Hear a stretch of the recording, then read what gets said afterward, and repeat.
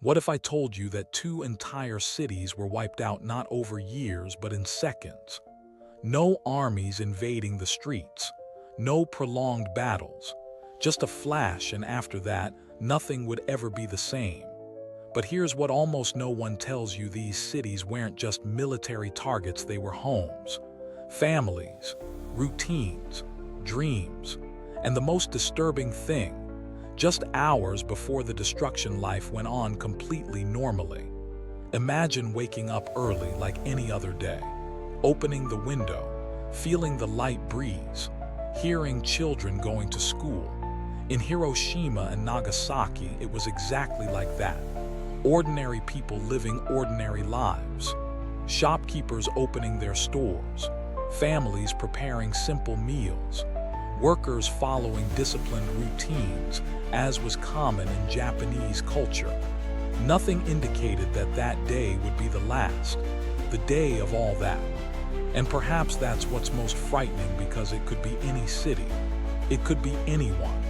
This isn't just a story about war. It's a story about humanity, about how entire societies can be destroyed and yet find the strength to rebuild. But before the impact, you need to understand what existed there, because only then is it possible to understand what was truly lost.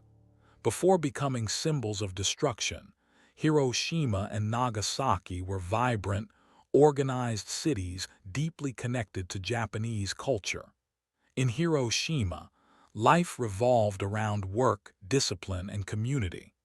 It was an important city, with industrial and military centers, but also full of quiet residential neighborhoods. Wooden houses lined up, narrow streets, bicycles crisscrossing the city, children going to school in impeccable uniforms, people following an almost choreographed routine: punctuality, respect, silence. Japan at that time deeply valued order. The collective came first, of the individual. And this was reflected in everything: in education, in work, in social relationships. But this didn't mean coldness. There was human warmth in small gestures, in the way families gathered to eat, in the tradition of tea, in the simple rituals of daily life. Now hold on to this, because the contrast is going to be brutal. Meanwhile, in Nagasaki, the atmosphere was a little different. It was a port city, open to the world. There was foreign influence, as something rare in Japan at the time. Different religions coexisted, cultures mixed, merchants, fishermen, workers all sharing the same space, creating a vibrant and diverse city. But there was something in common between Hiroshima and Nagasaki. No one there was prepared for what was to come. And then we arrive at August 1945. The world had been at war for years, but what was about to happen had never been seen before. On August 6th, a plane flew over Hiroshima. Few noticed, few understood, and then the flash. An intense light, almost impossible to describe, brighter than the sun. In seconds, the city center was completely destroyed. The shockwave swept everything away. Houses disappeared, structures collapsed, but the worst was yet to come: invisible. 3 days later, the same fate befell Nagasaki. Another flash, another devastated city, and in a matter of days the world changed forever.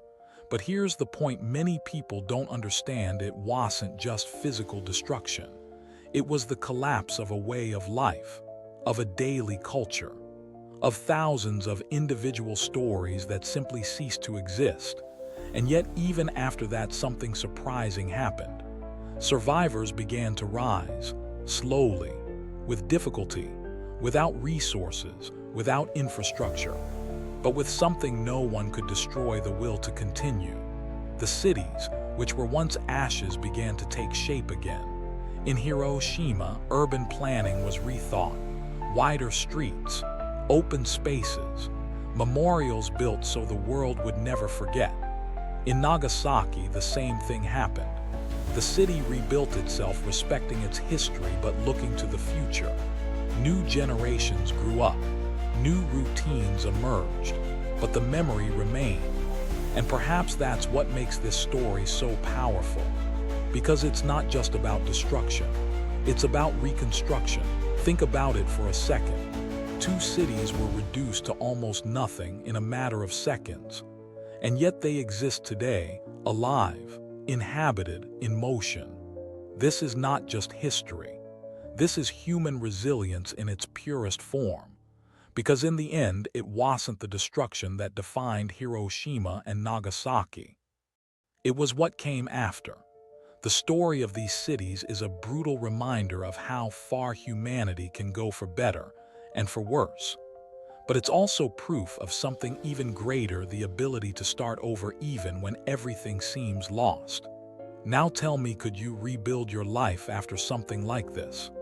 If this kind of story captivates you, makes you think, and truly impacts you, subscribe to the channel now, because there are still many stories that need to be told.